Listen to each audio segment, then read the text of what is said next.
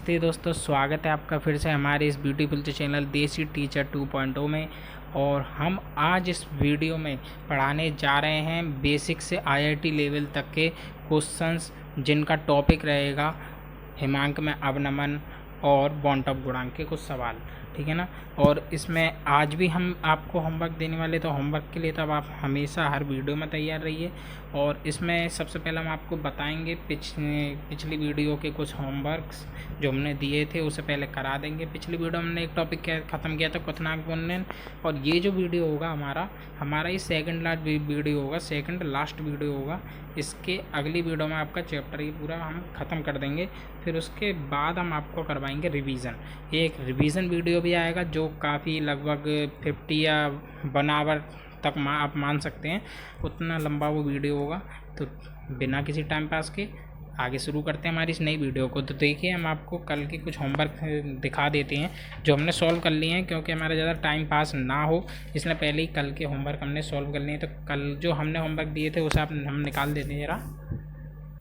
तो हमारा होमवर्क के क्रम में जो पहला सवाल था वो था ये कि 2 ग्राम अवाष्पशील पदार्थ को 20 ग्राम जल में घोलने पर प्राप्त विलयन का क्वथनांक 373.52 केल्विन है। अवाष्पशील पदार्थ का अणुभार ज्ञात कीजिए। यदि जल का मोलल क्वथनांक उन्नयन स्थिरांक 0.52 केल्विन किलोग्राम प्रति मोल हो। उम्मीद है आपने वो कल के होमवर्क के सवाल अपनी कॉपी में नोट कर लिए होंगे, इसमें ज़्यादा बताने की ज़रूरत है नहीं। तो हम देख लेते हैं आगे इसमें क्या क्या दिया हुआ। हमें जल का द्रव्यमान कैपिटल W दिया हुआ 20 ग्राम, और हमें दिया हुआ है अब अवाष्पशील पदार्थ जो उसका द्रव्यमान 2 ग्राम दिया हुआ है। और जो हमारा स्मॉल m है, नहीं कैपिटल M, जो हमारा कैपिटल M क्या है, जल का मोलर द्रव्यमान है, तो वो 18 ग्राम पर मोल है। विलयन का क्वथनांक दे रखा है 373.52 केल्विन। विलायक जल का क्वथनांक दे रखा है 273 केल्विन, है ना। तो हम इससे क्या निकालेंगे, हम डेल टीवी का मान निकालेंगे, विलयन का क्वथनांक माइनस विलायक का क्वथनांक, ठीक है ना। जो आ जाएगा हमारा 0.52 केल्विन। ये केबी का मान हमें जो दे रखा है लास्ट में, वो दे रखा है 0.52 केल्विन किलोग्राम प्रति मोल, वो हमने लिख लिया। हमसे पूछ रहा है कि अवाष्पशील पदार्थ का अणुभार क्या होगा, यानी कि स्मॉल m क्या होगा। तो स्मॉल m कैसे निकालेंगे, डेल टीवी बराबर 1000 केबी इंटू स्मॉल w बटे capital W into small m। Small m बराबर हो जाएगा 1000 KV into W upon capital W into del TV. तो इसे आप जब आप सॉल्व करेंगे इसमें मान रख के, तो आपका आ जाएगा 100 ग्राम पर मोल, ठीक है ना। तो यहाँ पे ये सवाल खत्म हो गया। अगला होमवर्क का सवाल हम अगले क्रम में देख लेते हैं। जैसा कि आपको दिख रहा होगा सवाल नंबर 37 कि 20 ग्राम ग्लूकोज 100 ग्राम जल में घुला है। यदि शुद्ध जल का क्वथनांक 373 केल्विन हो तो विलयन का क्वथनांक ज्ञात कीजिए। जल का मोलल उन्नयन स्थिरांक Kb बराबर 0.52 केल्विन किलोग्राम प्रति मोल। तो इसे देख लेते हैं। हमें स्मॉल W इसमें दिया गया है 20 ग्राम, और हमें कैपिटल W दिया गया 100 ग्राम जो जल का द्रव्यमान है। हमने स्मॉल m निकाल लिया ग्लूकोज का अणुभार जो होता है हमारा स्मॉल m, वो आता है 180। ये 5वीं बार बता रहे हैं हम आपको। Kb बराबर 0.52 केल्विन किलोग्राम पर मोल हमें दे रखा है। विलायक यानी कि जल का क्वथनांक दे रखा है 373 केल्विन। विलयन का क्वथनांक हमें निकालना है। तो डेल टीवी का मान निकालेंगे। डेल टीवी का मान निकालेंगे तो 1000 KV into small W upon small m into capital W। ये आपको याद ही हो गया होगा। इसको जब आप सॉल्व करेंगे इसमें मान रख के, तो उसका आएगा 0.578 केल्विन। जब आप विलयन का क्वथनांक निकालेंगे तो विलयन के क्वथनांक के लिए क्या सूत्र आता है, विलेय का क्वथनांक या मोलल उन्नयन स्थिरांक प्लस विलायक का क्वथनांक, ठीक है ना, यही सूत्र आता है। तो 0.578 प्लस 373 बराबर आ जाएगा 373.578 केल्विन। जैसा कि हमारा अगला सवाल है। अगला सवाल क्या है, सवाल एक पात्र में 18 ग्राम ग्लूकोज को 1 किलोग्राम जल में घोला गया। 1.013 बार दाब पर यह जल किस ताप पर उबलेगा। जल के लिए Kb का मान 0.52 केल्विन किलोग्राम प्रति मोल है। तो देख लेते हैं। स्मॉल W हमारा 18 ग्राम दिया गया है, कैपिटल W 1 किलोग्राम दिया गया है। 1 किलोग्राम को हम ग्राम में बदल लेंगे तो 1000 ग्राम आ जाएगा। इसके बाद हमें स्मॉल m दिया गया है 180 ग्राम पर मोल। Kb का मान दिया गया है 0.52 केल्विन किलोग्राम प्रति मोल। तो और डेल टीवी हम इससे निकाल लेंगे 1000 KV into small W upon capital W into small m। इसमें मान रख देंगे ऊपर वाले जितने भी हमारे अवयव हैं उनके मान रख देंगे, 0.052 केल्विन आ जाएगा। ठीक है ना। अब देखिए ये क्या कह रहा है, इसने एक बात कही है कि 1.013 बार दाब पर यह जल किस ताप पर उबलेगा। देखिए 1.013 बार दाब पर जल 373 केल्विन पर उबलता है। ठीक है ना। ये सामान्य मतलब एटीएम दाब होता है जो हमारा वायुमंडल डालता है, तो सामान्य पे तो 373 यानी कि 100 डिग्री सेल्सियस पे उबलता है। तो आगे देखते हैं विलयन का क्वथनांक क्या हो जाएगा, जल का क्वथनांक प्लस डेल टीवी, तो ये आ जाएगा 373 प्लस 0.052, 373.052 केल्विन। ठीक है ना। अगला सवाल देख लेते हैं।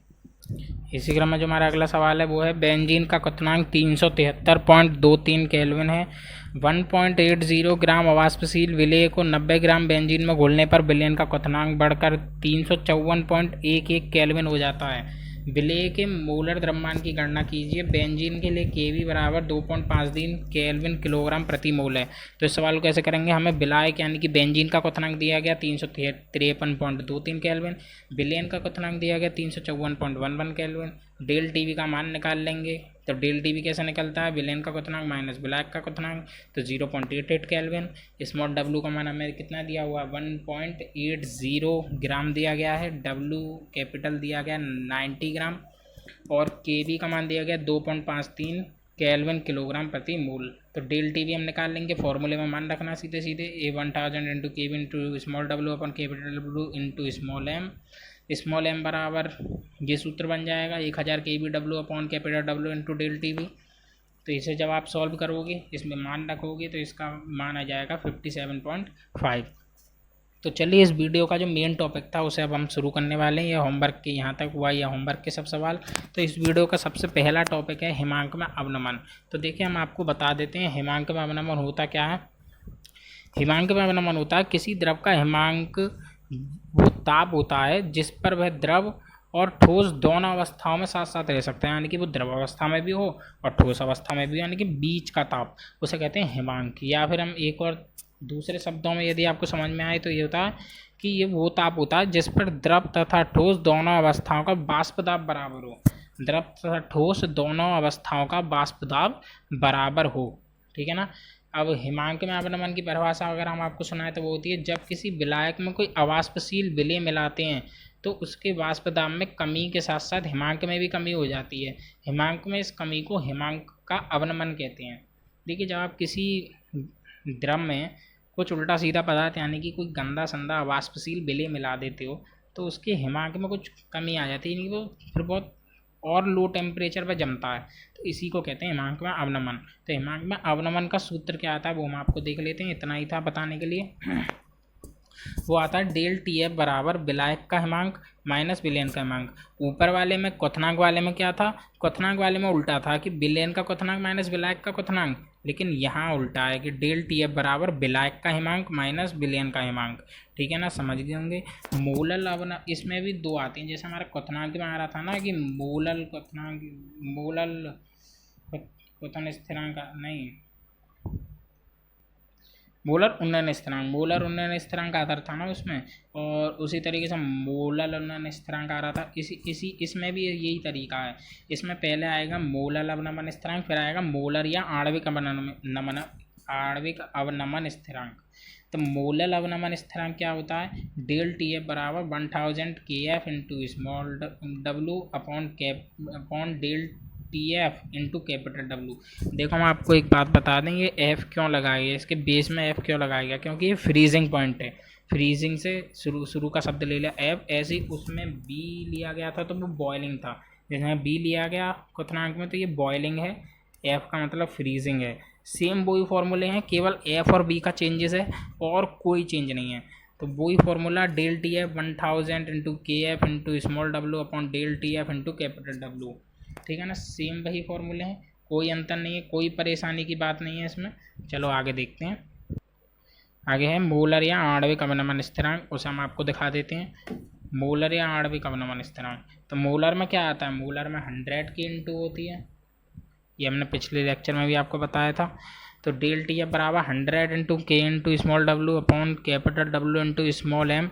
जिस किसी को ये ना पता हो कि ये 100 और 1000 कैसे आया, तो वो हमारा पार्ट 3 जाके देख सकते हैं। पार्ट 3 में हमने इसको अच्छे से समझाया है।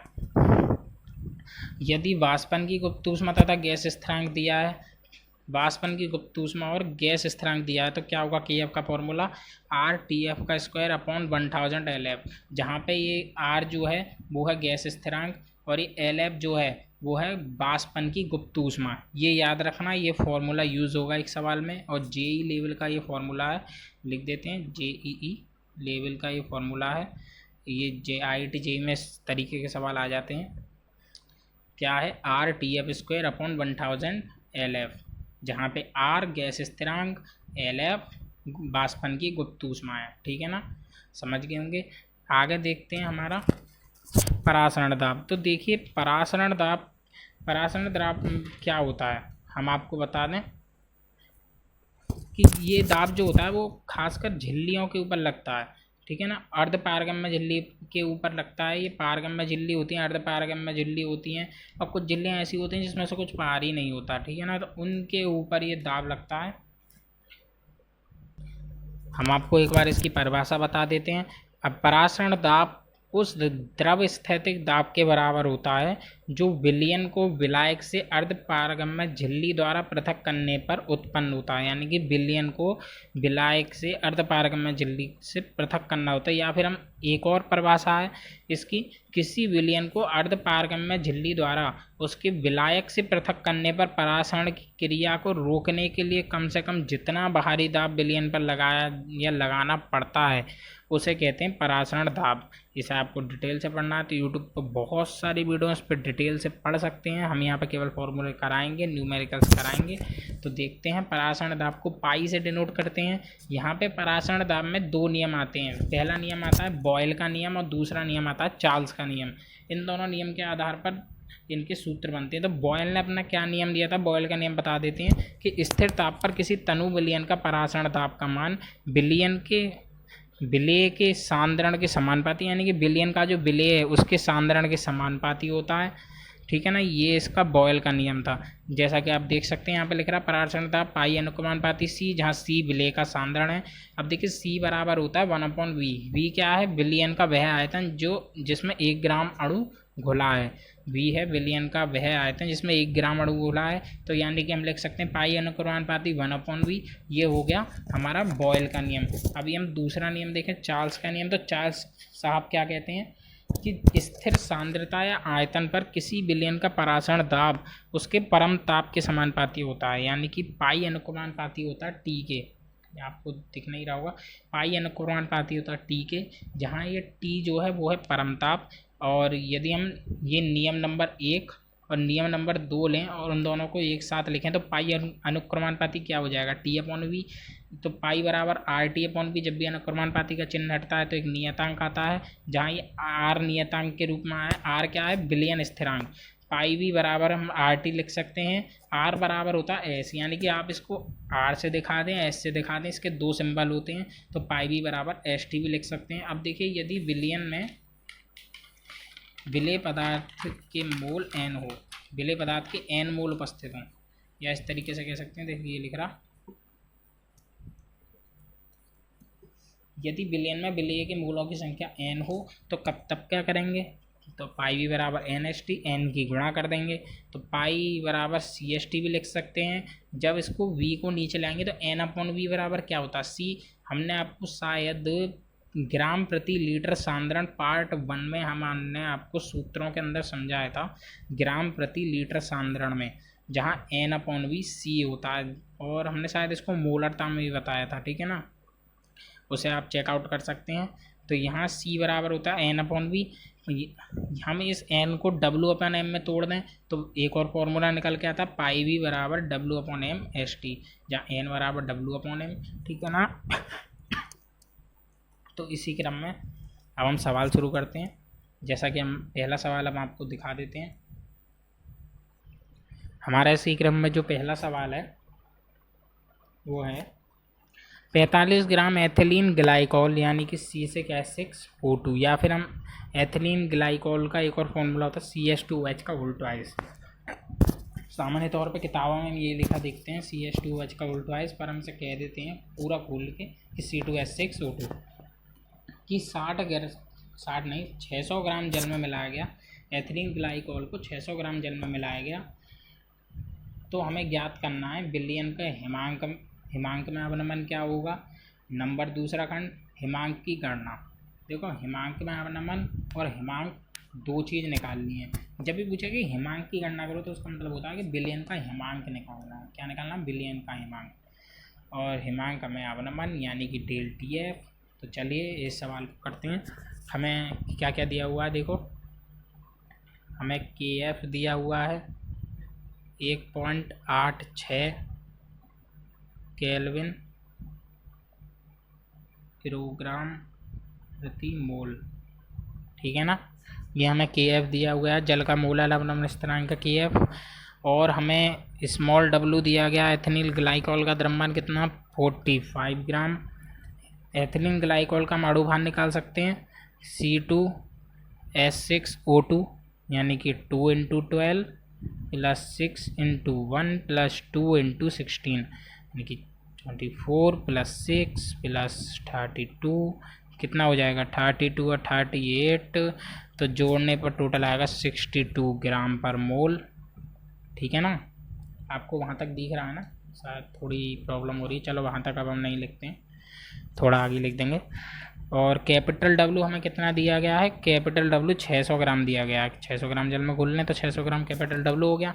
तो हम ΔTF का फॉर्मूला लगा देंगे। ΔTF बराबर क्या होता है 1000 KF × small w upon capital W × small m। इसमें सब जितने भी मान है वो सब रख देंगे।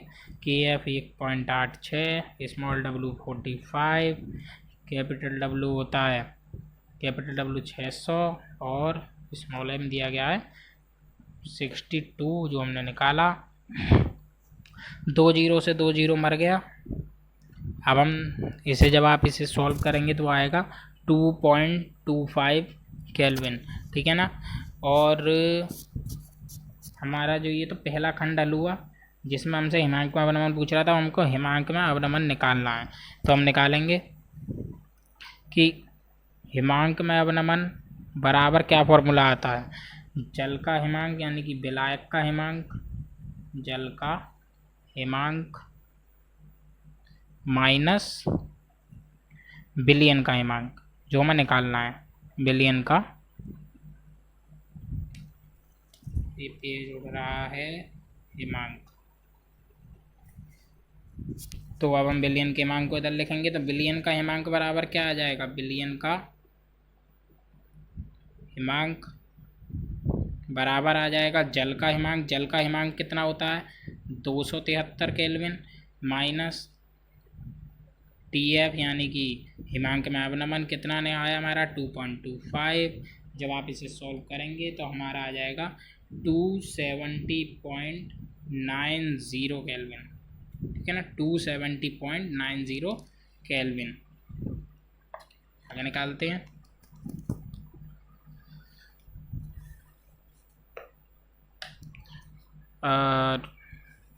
अगला सवाल जो हमारा दिया गया है सवाल नंबर 37, इसे कॉपी को सीधा रख लेते हैं ज़रा, बार बार हमारे हिसाब से एडजस्ट हो जाती है।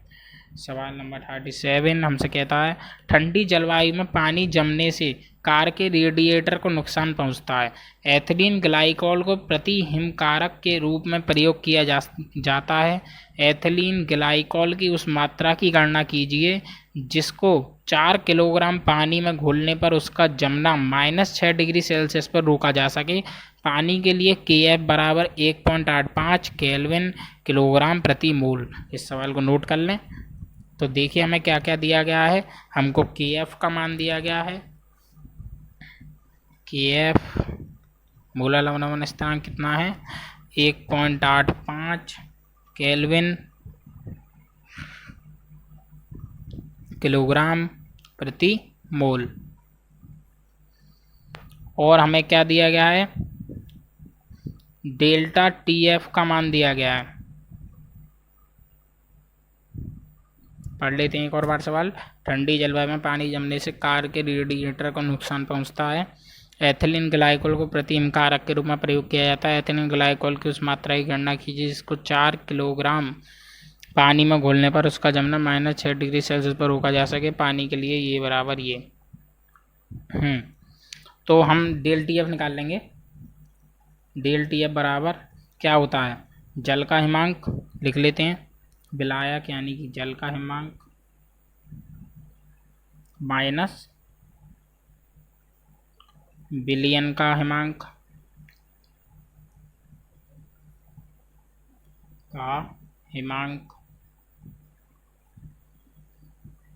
जल का हिमांक कितना होता है, जल का हिमांक होता है हमारा 273। और देखिए हमें क्या दिया गया, विलयन का हिमांक -6 डिग्री सेल्सियस दे रखा है। घोलने पर 5-4 किलोग्राम पानी में घोलने पर उसका जमना -6 डिग्री सेल्सियस पर रोका जाता है, यानी कि क्या दे रखा है, विलयन का हिमांक दे रखा है। तो इस 6 डिग्री सेल्सियस को -6 जो दे रखा है इसको यदि हम बदलेंगे किस में, केल्विन में, तो 273 जोड़ना पड़ेगा, -6 + 273। तो ये सॉल्व करने पे कितना आ जाएगा, 6 केल्विन। ठीक है ना। तो हमारा हिमांक में अपना डेल टी एफ क्या आ गया, 6 केल्विन आ गया। अब हमें स्मॉल एम ज्ञात कर लेना है इसका, किसका, एथिलीन ग्लाइकोल का। एथिलीन ग्लाइकोल का फॉर्मूला वही होता है जो हमने बताया, C2H6O2। पहले भी तो हमारा कितना निकल के आया था, 62 ग्राम पर मोल निकल के आया था पिछले सवाल में। और हम क्या ज्ञात करेंगे, क्या पूछा है हमसे ये, हाँ ग्लाइकोल की मात्रा पूछ रहा है। एथिलीन ग्लाइकोल की मात्रा जो 4 किलोग्राम पानी में घुलेगी, यानी कि W बराबर कितना हो गया, 4 किलोग्राम, यानी कि हम इसको ग्राम में चेंज करें तो 4000 ग्राम। अब हम इसका मान रख देते हैं, ज़रा पहले लिख लेते हैं हम, डेल टी एफ बराबर फॉर्मूला लिख लेते हैं अपना 1000 kF into small W upon, हमारे साथ साथ बोलते चलिए, small M into capital W। यहाँ से इस क्या मान निकालना है हमको, स्मॉल W का मान निकालना है। तो स्मॉल W बराबर क्या हो जाएगा, del T F into small M into capital W upon 1000 into KF। तो डेल टी एफ बराबर हमारा क्या है, 6 केल्विन है, स्मॉल एम का मान 62 है और हमारा कैपिटल W का मान 4000 ग्राम है। ठीक है ना। और हमारा जो KF का मान है, KF का मान कितना है, 1.85। या जब आप इसको सॉल्व करेंगे 3 0 से 3 0 मर जाएगा, इसको सॉल्व करने पर आएगा 804.32 ग्राम। सॉल्व आप खुद से कीजिए। चलिए अगला सवाल देख लेते हैं हम। जो हमारा अगला सवाल है उसमें कहा गया है, सवाल नंबर, रुको ये 36 था क्या, ये सवाल नंबर था 40, सॉरी हमने सवाल नंबर गलत लिख दिया, ये सवाल नंबर 40 था। और यहाँ जो आएगा ये है 41 और ये है सवाल नंबर 42। सवाल नंबर 42 हमारा क्या कह रहा है कि 0.29 ग्राम कार्बनिक यौगिक को 5.8 ग्राम बेंजीन में घोलने पर हिमांक में 1.5 डिग्री सेल्सियस की कमी पाई गई। यौगिक का अणुभार ज्ञात कीजिए। बेंजीन के लिए KF बराबर 5 डिग्री सेल्सियस प्रति मोल। तो हमें क्या क्या दे रखा है, हम पहले उनको लिख लेते हैं जो दे रखा है। हमें विलेय का द्रव्यमान दे रखा है, स्मॉल W बराबर 0.29 ग्राम। और हमको दे रखा है विलायक का द्रव्यमान, कैपिटल W दे रखा है हमें कितना, 5.8 ग्राम। और हमें हिमांक में अवनमन डेल TF बराबर कितना दे रखा है, 1.5 डिग्री सेल्सियस। ठीक है ना। और हमको KF का मान दे रखा है, KF का मान है 5 डिग्री सेल्सियस प्रति मोल। ठीक है ना। तो हमसे और पूछ क्या रहा है, ये हमसे स्मॉल m का मान पूछ रहा है। स्मॉल m बराबर क्या होगा, तो हम देखिए यहाँ ऊपर वाले फॉर्मूले से स्मॉल m बना लेते हैं। तो यहाँ से स्मॉल m बराबर क्या बन जाता है, स्मॉल m बराबर 1000 KF into small W upon capital W into TF, del TF। तो हमारा 1000 मान रख देते हैं इसमें, KF का मान 5 स्मॉल डब्लू का मान 0.29। खराब राइटिंग के लिए हम आपसे माफ़ी चाहते हैं, राइटिंग पे भी काम करेंगे हम अपनी।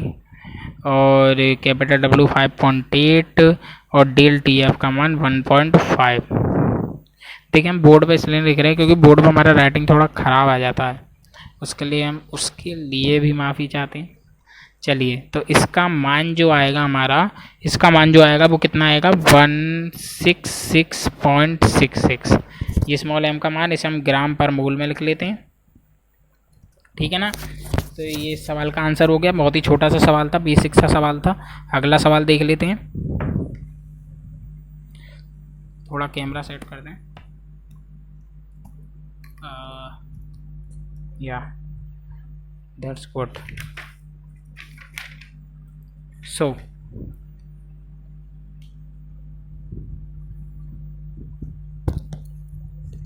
सवाल नंबर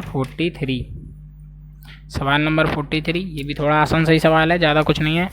इसमें कह रहा है कि एक यौगिक ए के 0.816 ग्राम विलयन को 7.5 ग्राम बेंजीन में घोलने पर हिमांक 1.59 डिग्री सेल्सियस पाया गया। यदि बेंजीन का मोलल हिमांक अवनमन स्थिरांक 4.90 केल्विन किलोग्राम प्रति मोल तथा हिमांक 5.51 डिग्री सेल्सियस हो तो यौगिक ए का अणुभार ज्ञात करना है। यानी कि यौगिक ए का अणुभार स्मॉल एम हमको निकालना है। इसमें हमको देखो क्या क्या दे रखा है। हमको स्मॉल डब्लू दे रखा है, वो है 0.816 ग्राम, और हमको कैपिटल डब्लू दे रखा है, वो है 7.5 ग्राम, और हमको डेल टी एफ दे रखा है। डेल टी एफ कितना है, ये हमें नहीं दे रखा, हमको केवल हिमांक दे रखा है विलयन का। तो विलयन का हिमांक दे रखा, और हमको शायद कुछ और भी दे रखा होगा। हाँ, बेंजीन का हिमांक दे रखा है और हमें विलयन का हिमांक दे रखा है, यानी कि विलायक का हिमांक दे रखा है, विलयन का हिमांक, तो उससे हम डेल टी एफ निकाल सकते हैं। तो बेंजीन का जो हम पे हिमांक लिख लेते हैं इधर साइड में, बेंजीन का हिमांक बराबर कितना दिया है हमें, 5.51 डिग्री सेल्सियस, और हमें जो विलयन का हिमांक दिया है, विलयन का हिमांक वो हमको दिया है 1.59 डिग्री सेल्सियस। तो यहाँ पर डेल टी एफ लिख लेते हैं। विलायक बेंजीन का हिमांक, विलायक सी से S6 लिख देते हैं शॉर्ट में, का हिमांक माइनस किसका, विलयन का हिमांक, विलयन का हिमांक, ठीक है ना। देखिए आगे, विलायक का हिमांक हमारा कितना है, विलायक का जो हमारा हिमांक है विलयन बेंजीन 5.51 माइनस 1.59। जब आप इसको सॉल्व करेंगे, घटाएंगे, तो इसका मान आएगा 1.5 डिग्री सेल्सियस। नो सॉरी गलत घटा दिया हमने। इसका मान आएगा 3.92 डिग्री सेल्सियस, ठीक है ना। और हमारा जो के एफ का मान है, के एफ का मान आएगा 4.90 केल्विन किलोग्राम प्रति मोल, ठीक है ना। और अब इन सब मानों से हम स्मॉल एम का मान निकाल सकते हैं। तो स्मॉल एम का क्या सूत्र बनता है, 1000 K F into small W upon capital W into T F, del लगाना भूल जाते हैं बार बार। 1000 इंटू के एफ का मान हमारा कितना है, 4.90, स्मॉल डब्लू का मान 0.816, और कैपिटल डब्लू का मान कितना दिया, 7.5, डेल टी एफ का मान दिया है 3.92। इन सबको सॉल्व कर लेंगे। इन सबको सॉल्व करने के बाद जो हमारा आंसर आएगा वो आएगा 136 ग्राम पर मोल, ठीक है ना। आगे देख लेते हैं सवाल नंबर 44। उसके बाद थोड़ा कठिन सा सवाल लेंगे। सवाल नंबर 44, जब एक अवाष्पशील पदार्थ का 1.5 ग्राम 60 ग्राम जल में घोला जाता है तो उसका हिमांक 0.136 डिग्री सेल्सियस कम हो जाता है। पदार्थ के अणुभार की गणना कीजिए। पदार्थ का अणुभार निकालना है, यानी कि हमें स्मॉल m का मान फिर से पूछ रहा है। हमें मोलर अवनमन स्थिरांक कितना दिया गया है, Kf बराबर 1.86 डिग्री सेल्सियस प्रति मोलल ये हमें दिया गया है। Kf का मान दिया गया है। हमें कैपिटल W जल का द्रव्यमान कितना दिया गया है, 60 ग्राम, ठीक है ना। और हमें स्मॉल w दिया गया है 1.5 ग्राम। हमसे स्मॉल m पूछ रहा है, स्मॉल m का मान हम निकाल देते हैं। स्मॉल m बराबर, रुक जाओ इसमें किसी की कमी रह गई, हाँ डेल टी एफ हम लिखना भूल गए। डेल टी एफ हमें दिया गया है, कितना है सवाल में, 0.136 डिग्री सेल्सियस, ठीक है ना। तो स्मॉल m निकाल देंगे, 1000 into K F into small w upon capital W into small m, sorry small m नहीं, डेल टी एफ। तो 1000 into K F 1.86, small w 1.5, capital W का मान दे रखा है हमको कितना, 60, और जो हमारा डेल टी एफ है वो है 0.136। इन सब मानों को जब आप सॉल्व कर लेंगे तो आपका आंसर आ जाएगा 341 ग्राम पर मोल। तो चलिए कुछ एडवांस लेवल का सवाल ले लेते हैं जो जेई वगैरह में आज आ सकता है। तो वो सवाल कुछ इस प्रकार से है, इधर लिख लेते हैं।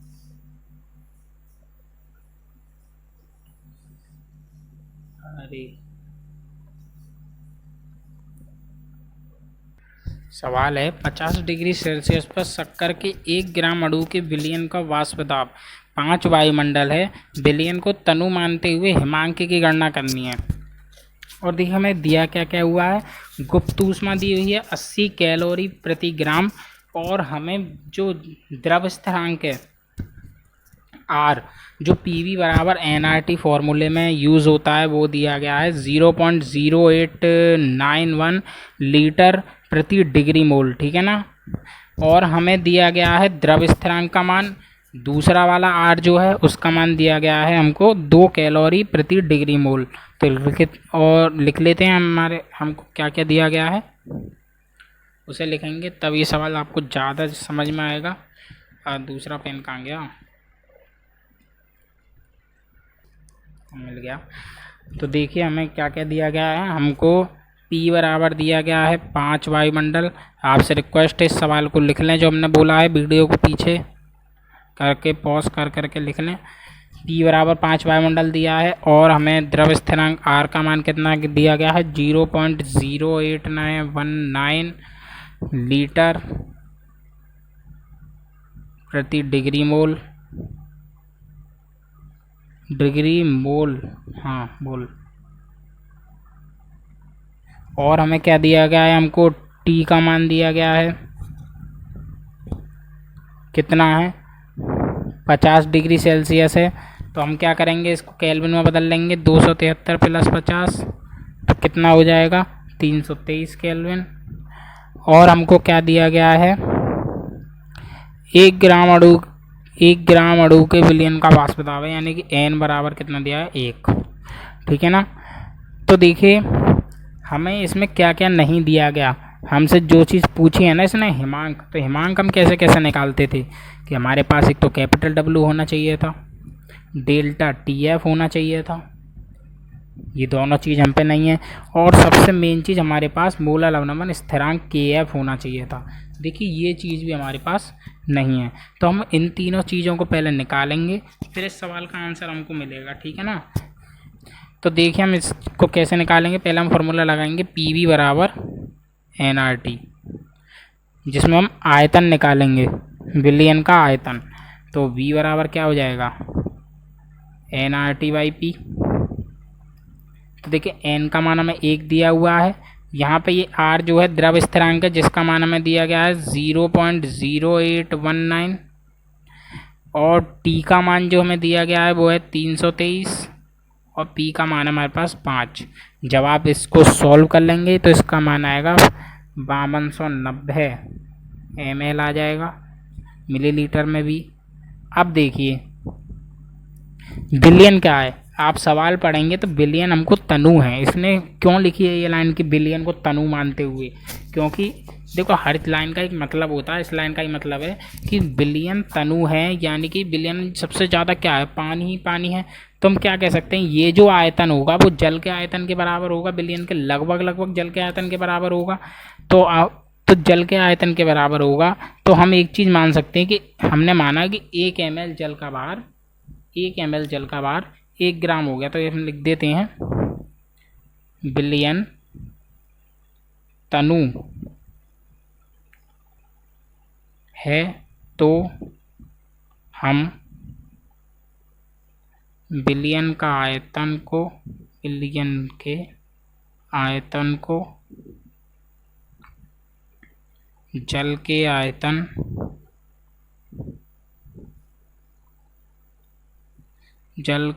आयतन के बराबर मान सकते हैं।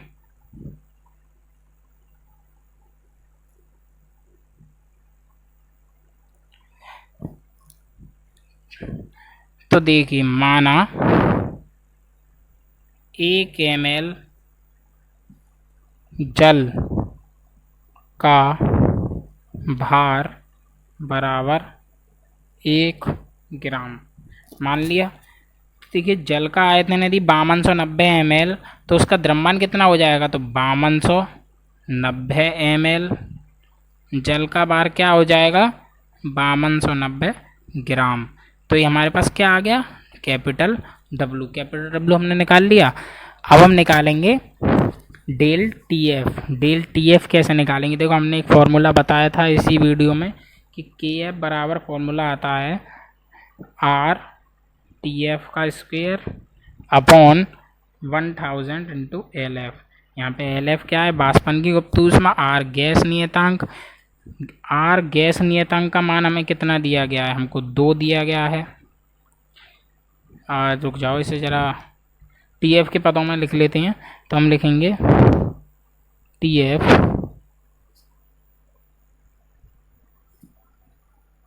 नहीं, क्यों लिखें टी एफ के पदों में, रहने दो टी एफ के पदों मत लिखो। इसे के एफ ही तो निकालना हमको, टी एफ थोड़ी निकालना, के एफ निकालना है हमको।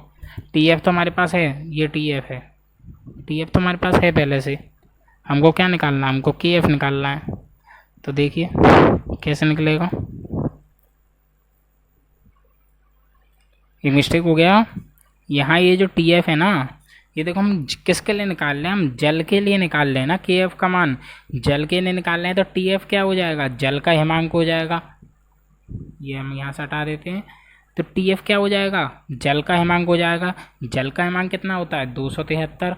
तो आर का, तो हम इसमें मान रख देंगे आर बराबर, हमें सवाल में दूसरा आर दिया गया था 2 लीटर प्रति डिग्री मोल।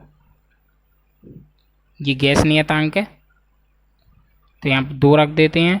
जल का हिमांक 273 होता है, उसका स्क्वायर है, तो 2 बार 273 लिख लेंगे। हमें वाष्पन की गुप्त ऊष्मा, इसका मान कितना दिया गया हमको सवाल में, गुप्त ऊष्मा 80 कैलोरी प्रति ग्राम, यानी कि 80 दे रखा है एल एफ का मान। इसको जब आप सॉल्व करेंगे के एफ, तो के एफ बराबर आ जाएगा हमारा 1.863 केल्विन किलोग्राम प्रति मोल। ये हमारा के एफ आ गया। अब हम देखिए, अब हम निकालेंगे डेल टी एफ निकालेंगे, हिमांक में अवनमन निकालेंगे। तो हिमांक में अवनमन कैसे निकालेंगे, डेल टी एफ बराबर, अब ये अलग है, इसको इसके बराबर मत ले लेना, ये जल का हिमांक है, ये हिमांक में अवनमन है। हिमांक में अवनमन मतलब हिमांक में कमी या वृद्धि, तो ये उसके अलग है। तो हम इसमें मान रखेंगे 1000 K F W upon W into M. हमें क्या क्या दिया गया है, 1000 के एफ का मान जो हमारा आया 1.863। स्मॉल डब्लू को हम क्या मान सकते हैं, देखिए एक बात इसमें समझने वाली है कि 1 ग्राम अणु विलेय लिया आपने कितना लिया, आपने लिया 1 ग्राम अणु विलेय लिया। तो यानी कि W बराबर M लिख सकते हैं हम, W बराबर m लिख सकते हैं नहीं। देखिए आपने जब वो माना, जल माना कि 1 ml जल का भार 1 ग्राम है, तो हमारा जो 1 ग्राम अणु है, 1 ग्राम अणु है m जो 1 ग्राम अणु है वो हमारा W के बराबर हो जाएगा। देखिए समझ में अभी नहीं आया है, अभी नहीं आया समझ में। हम क्या कहना चाहते हैं कि उसकी गहराई में जाइए। 1 ग्राम अणु है यानी कि 1 ग्राम अणु जो है उसका अणु भार 1 ग्राम पर मोल है, ऐसे समझिए। 1 ग्राम अणु लेने का मतलब क्या है कि 1 ग्राम अणु का जो अणु भार है वो 1 ग्राम प्रति मोल है, समझ गए। तो यानी कि इस हिसाब से W बराबर m हो जाएगा। देखिए ये यूं ही नहीं IIT JEE लेवल का सवाल है, इसमें बहुत दिमाग लगता है भाई, थॉट लगते हैं इसमें। तो देखिए तो हम इसको m लिख सकते हैं। कैपिटल W हमारा कितना था, कैपिटल W हमारा था 5290 ग्राम, 5290 इंटू स्मॉल m से m मर जाएगा। इसका जो सॉल्व करके आंसर आएगा वो आएगा 0.352, ठीक है ना। ये तो आ गया हमारा डेल TF का मान आ गया। किसका मान आ गया, डेल TF का, डिग्री सेल्सियस। मात्रक लिखना बहुत ज़रूरी है, ठीक है ना। अगले पेज पे चलते हैं। अब हम लास्ट पद निकालने वाले हैं इसका, बिलियन का हिमांक। हमसे वही चीज़ पूछी है, लिख लेते हैं। बिलियन का हिमांक बराबर जल का हिमांक माइनस डेल TF।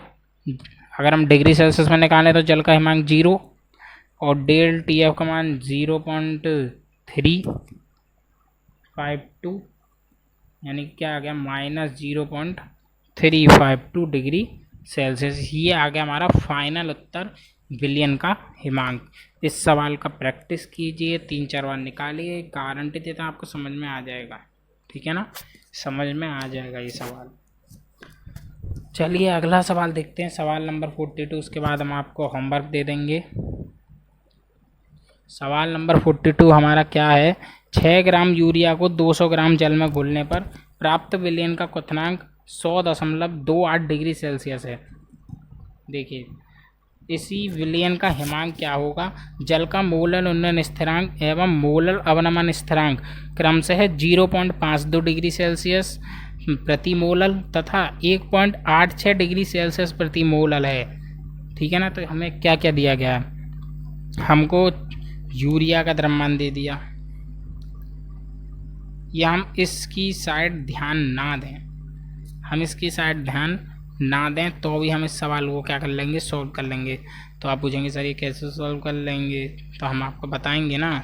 देखो यूरिया के मोल निकाल लो, यूरिया के मोल, यूरिया के मोल बराबर क्या होगा, यूरिया का द्रव्यमान, या का द्रव्यमान बटे यूरिया का मोलर द्रव्यमान, मोलर द्रव्यमान।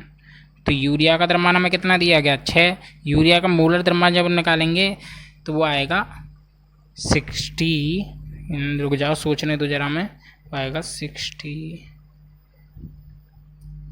ही आएगा। यूरिया का फॉर्मूला NH2CuNH2 होता है, आप निकालेंगे तो 60 ही आएगा। 1/10 यानी कि वो आ जाएगा 0.1 आ जाएगा मोल, यूरिया के मोल हो गए, ठीक है ना। अब हम इसकी मोललता निकाल लेंगे, तो बिलियन की मोललता क्या हो जाएगी, बिलियन की मोललता, बिलियन की मोललता हो जाएगी यूरिया के मोल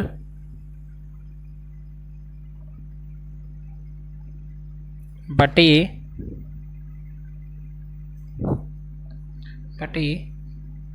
विलायक का द्रव्यमान, विलायक यानी कि जल, विलायक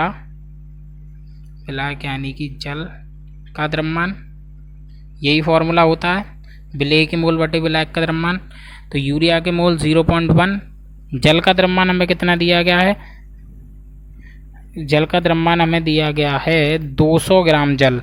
और आपको पता है कि यहाँ पे जो द्रव्यमान लिया जाता है वो किलोग्राम में लिया जाता है मोललता के फॉर्मूले में। तो 200 ग्राम को हम क्या लिख सकते हैं? 0.2 किलोग्राम। तो ये जब इन दोनों से कटेंगे दशमलव दशमलव 1/2 यानी कि 0.5 स्मॉल एम मोललता का होता है। ये मीटर मत समझ लेना, 0.5 स्मॉल एम, ठीक है ना। अब आगे देखते हैं, हमारे दो सवाल को वो आते हैं फॉर्मूले कि क्वथनांक में उन्नयन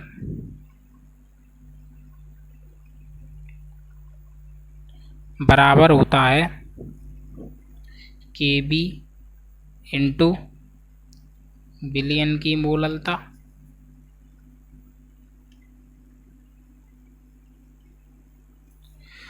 और हिमांक में अवनमन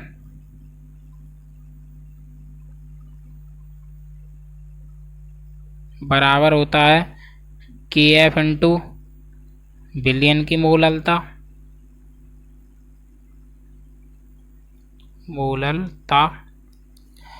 अब आप क्या करें, आप एक काम करें, इसमें मान रख दें, हमें KB कितना दिया गया है? KB बराबर हमको दिया गया है 0.52 डिग्री सेल्सियस प्रति मोलल, और हमको KF दिया गया है 1.86 डिग्री सेल्सियस प्रति मोलल। ये हमको KB KF के मान दिए गए हैं। इन दोनों में हम मान रखेंगे तो क्वथनांक में उन्नयन बराबर क्या आ जाएगा? क्वथनांक में उन्नयन बराबर हो जाएगा KB का मान 0.52, बिलियन की मोललता 0.5। जब आप इसको सॉल्व करेंगे तो आएगा 0.26 डिग्री सेल्सियस। इसी तरीके से हिमांक में अवनमन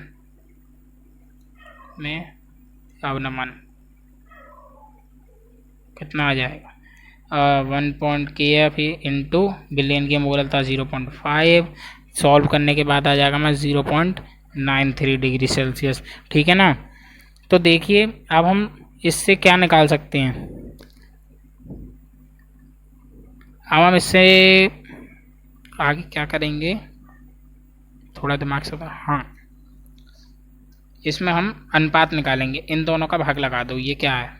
क्वथनांक में उन्नयन को हम लिखते हैं TB, इसको लिखते हैं TF, तो यानी कि हम लिखेंगे del TB upon del TF बराबर क्या हो जाएगा? 0.26 अपॉन 0.93। तो इसे जब आप सॉल्व करेंगे तो 0.26 इंटू 0.93, इसे आप यूँ ही रहने दीजिए, तो आप यूँ ही रहने दीजिए, इसे छेड़ने की ज़रूरत है नहीं। हम लिख लेते हैं डेल TB अपॉन, तो यार ये आपको पेज तो दिखाई नहीं, हाँ, del TB upon del TF बराबर क्या था हमारा? 0.93 अपॉन 0.26। तो देखिए हमारे पास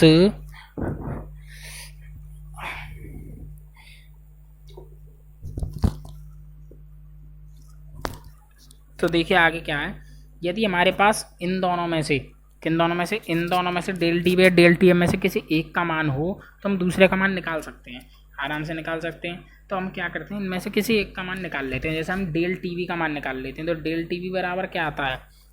बिलियन का क्वथनांक माइनस ब्लैक का क्वथनांक। तो यहाँ पे हमें सवाल में क्या दिया गया है? बिलियन का क्वथनांक दिया गया है। तो बिलियन का क्वथनांक हम लिख लेते हैं पहले इसका फॉर्मूला, बिलियन का क्वथनांक माइनस ब्लैक क्या है यहाँ पे? जल, तो जल का क्वथनांक। बिलियन का क्वथनांक हमें सवाल में दिया गया है 100.28 डिग्री सेल्सियस। जल का क्वथनांक होता है 100, 0.28 डिग्री सेल्सियस। डेल TB का मान आ गया। अब हम इससे डेल TF निकाल सकते हैं। तो डेल TF बराबर क्या आ जाएगा ऊपर वाले फॉर्मूले से? 0.26 अपॉन 0.93 इंटू डेल TB,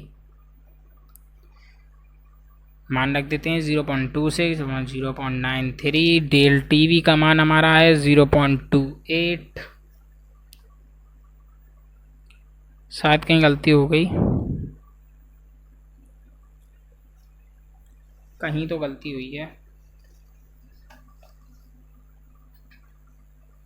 या अरे हमने del T V upon del T F करा है ना, तो हमें क्या लिखना पड़ेगा, हमें लिखना पड़ेगा क्वथनांक में उन्नयन बटे हिमांक में अवनमन, लेकिन हमने उल्टा लिख दिया।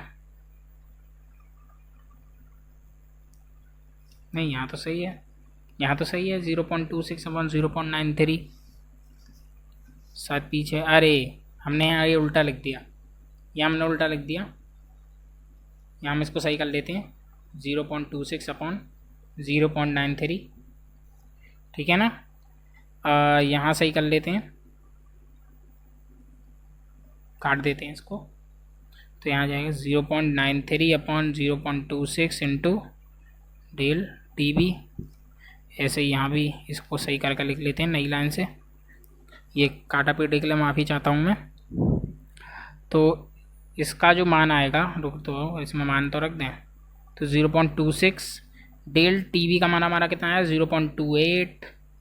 जब आप इसको सॉल्व कर लेंगे तो इसको सॉल्व करने के बाद आएगा 1.0015 डिग्री सेल्सियस। और डेल टी एफ का मान कितना आ जाएगा, डेल टी एफ निकालेंगे तो विलायक यानी कि जल का हिमांक माइनस बिलियन का हिमांक। तो बिलियन का हिमांक जो हमारे पास है वो हमको निकालना है। तो बिलियन का हिमांक बराबर क्या आ जाएगा, बिलियन का हिमांक बराबर क्या आ जाएगा, जल का हिमांक यानी कि 0 और माइनस डेल टी एफ 1.0015। तो इसका आंसर आ जाएगा -1.0015 डिग्री सेल्सियस। तो यहाँ पे हमारा ये क्वथनांक उन्नयन हिमांक में अवनमन के सवाल यहाँ पे ख़त्म हो चुके हैं। और शायद वीडियो काफ़ी लंबा जा रहा है, लेकिन करना तो है। चलिए 8 मिनट में देखते हैं अगर हम ख़त्म कर पाएँ तो। अगला जो हमारे परासरण दाब के सवाल हैं, ज़्यादा कुछ सवाल है नहीं है, मैंने 8 मिनट में आसानी से कर सकते हैं। देखिए परासरण दाब के सवालों में एक बार आप उसके फॉर्मूला पढ़ लीजिए वीडियो को पीछे करके। परासरण दाब के पहला सवाल क्या है हमारे पास, उसका पहला सवाल है, सवाल नंबर हम देख लेते हैं क्या डलेगा 43। तो एक प्रोटीन के 200 सेंटीमीटर क्यूब विलियन में 1.26 ग्राम प्रोटीन है, यानी कि एक प्रोटीन के 200 सेंटीमीटर क्यूब विलियन में 1.26 ग्राम प्रोटीन है। 300 केल्विन पर इस विलियन का परासरण दाब 2.57 गुणा 10⁻³ बार पाया गया है। प्रोटीन के मोलर द्रव्यमान का परिकलन कीजिए। तो देखिए मोलर द्रव्यमान का फॉर्मूला हमारा क्या आता है, m बराबर जो हमने बताया था W into S into T upon pi into B. ये हमने किससे निकाला, हमने निकाला पाई बी बराबर W, किससे निकाला, पाई बी बराबर W upon M R T से। या आर की जगह यहाँ एस है तो यहाँ पे एस ले लिया है, इससे हमने फॉर्मूला बना लिया, ठीक है ना। m बराबर, तो देखिए हमें दे क्या क्या रखा, हमको स्मॉल w दे रखा है 1.26 ग्राम, और हमें कैपिटल S दे रखा है, कैपिटल S बराबर हमको कितना दिया है 0.083 लीटर बार प्रति मोल। ये हमको कैपिटल S दिया गया है, और हमको T दिया गया है परमताप, वो दिया गया 300 केल्विन, और हमको पाई का मान दिया गया है, परासरण दाब का मान 2.57 गुणा 10⁻³ बार, और हमको V दिया गया है, प्रोटीन विलयन का आयतन जो है वो है 200 सेंटीमीटर क्यूब दिया गया है। तो हमें क्या काम करते हैं, हमें सेंटीमीटर क्यूब को लीटर में बदलने के लिए 1000 से भाग कर देते हैं, तो इंटू 1/1000, तो ये लीटर में बदल जाएगा, तो ये बदल जाएगा 0.2 लीटर, ठीक है ना। फॉर्मूले में मान रख देते हैं, जो हमारा ऊपर वाला फॉर्मूला है, सब मान हमारे पास थे, कुछ नहीं था, मान लिखने थे, फॉर्मूले में रखना था।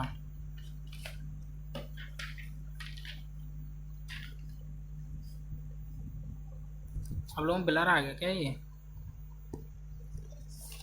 शायद आप लोग पीछे का ना देख पाए हो, सॉरी, उसके लिए माफ़ी, देख लीजिए आप फिर से। ये स्मॉल डब्ल्यू है, कैपिटल एस दिया गया, कैपिटल टी, पाई और बी, ये सब दिया गया है। पॉज करके आराम से समझ लीजिए। सॉरी, माफ़ी चाहूँगा ब्लर के लिए। चलिए, ये ऑटोमेटिक ब्लर आ जाता है, पता नहीं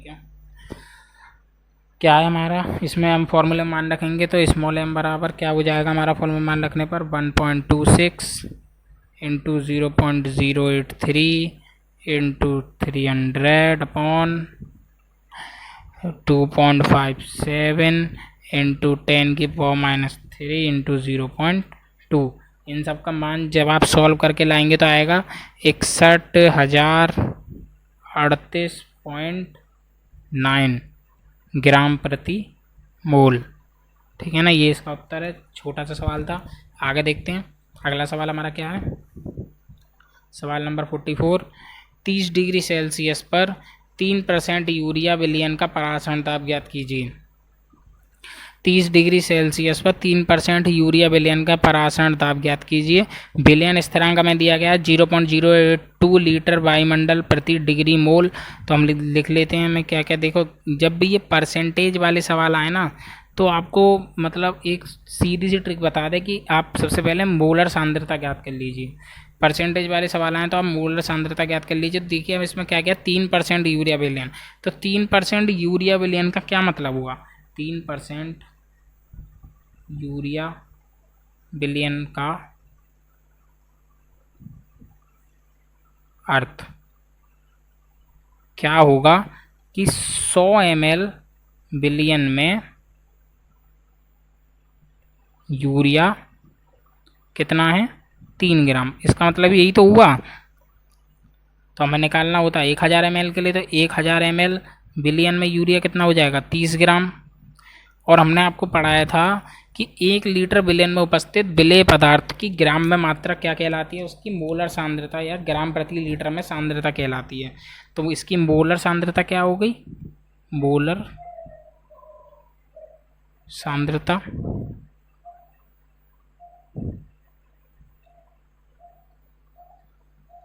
सॉरी, ये मोलर सांद्रता नहीं है, ये ओनली सांद्रता। तो इसकी सांद्रता क्या होगी, यूरिया विलयन की सांद्रता, विलयन की सांद्रता है ये, मोलर सांद्रता थोड़ी अलग होती है। तो ये विलयन की सांद्रता है।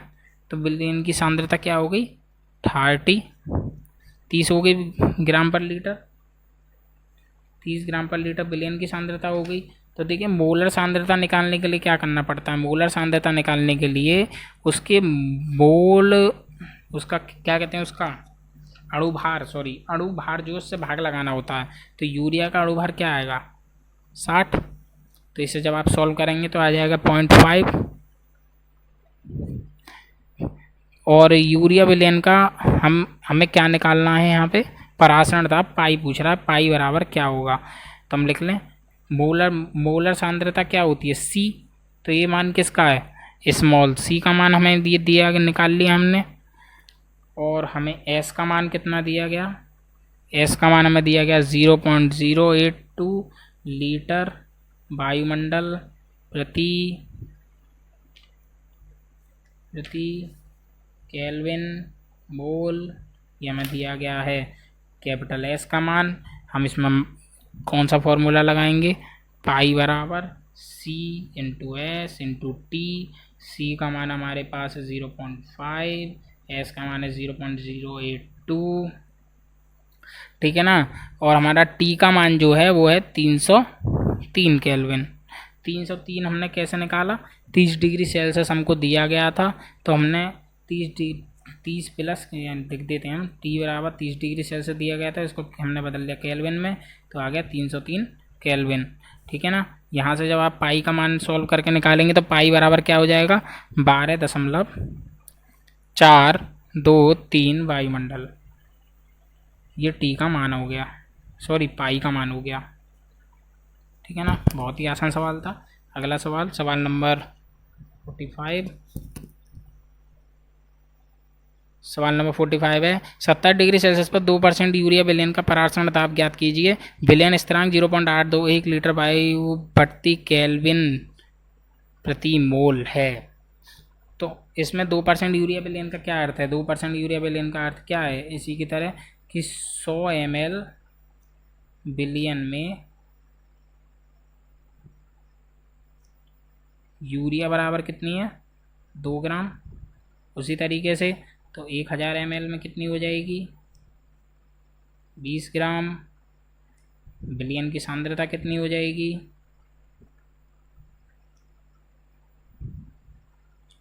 20 ग्राम पर लीटर। मोलर सांद्रता क्या हो जाएगी?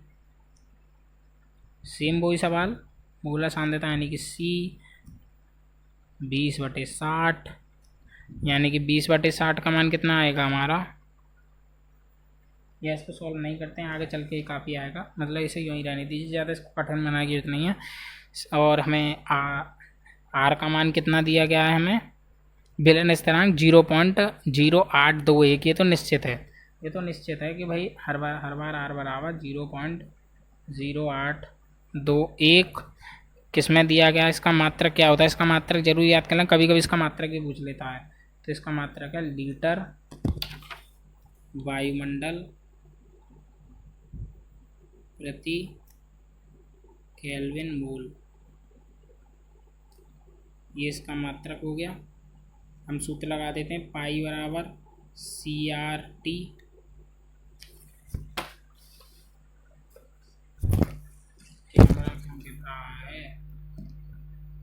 मत गिरे यार,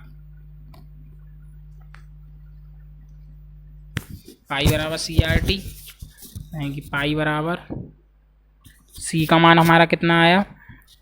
20/60। आर का मान 0.0821। हमसे 27 डिग्री सेल्सियस कह रहा है। 27 डिग्री सेल्सियस का मतलब 300 केल्विन। इसको जब आप सॉल्व करेंगे, इसे काटेंगे तो ये आ जाएगा 8.21 ATM या वायुमंडल। ठीक है, तो इसी तरीके के सवाल होते हैं, केवल मान रखना पड़ता है। ठीक है, और कोई देख लेते हैं इसमें कोई अलग सा सवाल हो। एक सवाल और है जिसमें थोड़ा अलग सा है, वो सवाल देख लेते हैं हम एक बार जल्दी से। सवाल नंबर 46 कि 27 डिग्री सेल्सियस पर डेसीमोलर यूरिया विलयन का परासरण दाब ज्ञात कीजिए। डेसीमोलर यूरिया विलयन का क्या अर्थ है? देखो हम आपको बताते हैं कि इसमें विलयन की जो सांद्रता है, डेसीमोलर विलयन का अर्थ है विलयन की सांद्रता जो होगी कितनी? 1/10 m होगी, यानी कि 1/10 मोल प्रति लीटर। ठीक है ना, यही बात इसमें समझाने वाली थी, बाकी सब तो आपको पता ही है। ये किसका मान हो गया? ये मान हो गया आप C का। ठीक है ना, और विलयन का हमें क्या दिया गया? S दिया गया है, स्थिरांक वो है 0.0821 लीटर वायुमंडल।